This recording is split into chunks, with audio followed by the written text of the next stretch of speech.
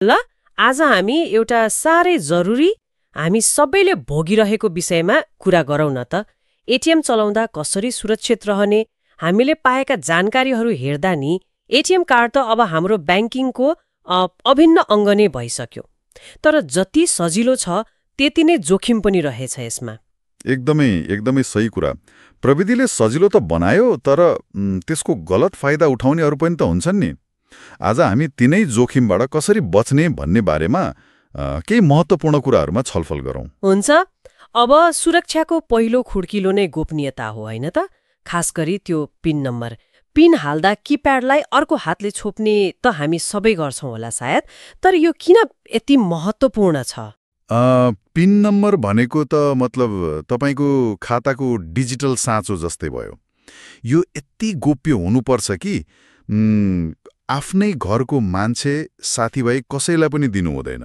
Keypad छोप्नुको कारण त कसैले आँखाले वा लुकाएको क्यामेराले टिप्न नसकोस् भनेर हो। तर पिनको सुरक्षा यतिले मात्र पुग्दैन नि।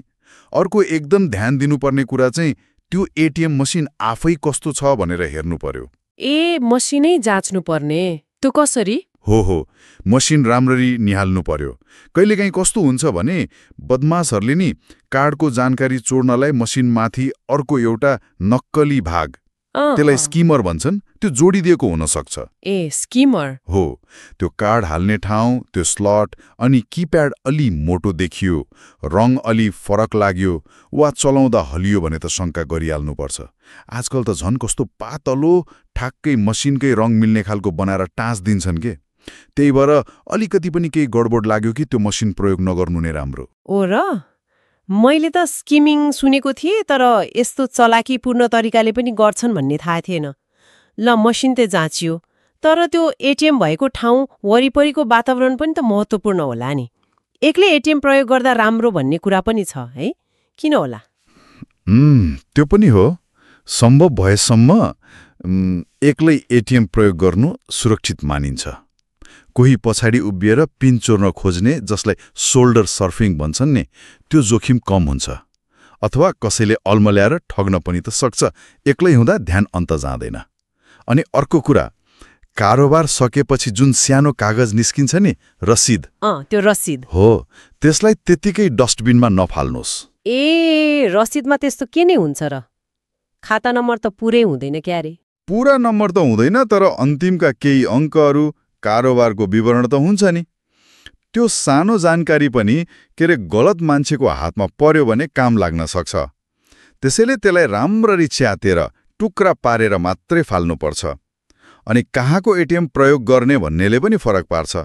सकेसम्म ब्याङ्कभित्रको वा गार्ड भएको ठाउँको एटिएम छान्नु राम्रो।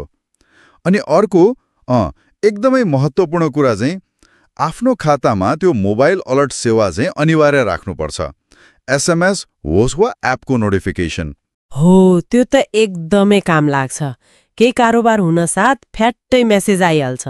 नचाहिने कसैले चलाएको रहेछ भने त तुरन्त थाहा पाइन्छ नि। कहिलेकाहीँ एटिएम बुथमा शङ्का लाग्ने मान्छेहरू देखे वा मेसिनले नै अलि अनौठो व्यवहार गर्यो भने नि, त्यस्तो बेला के गर्ने? राम्रो प्रश्न।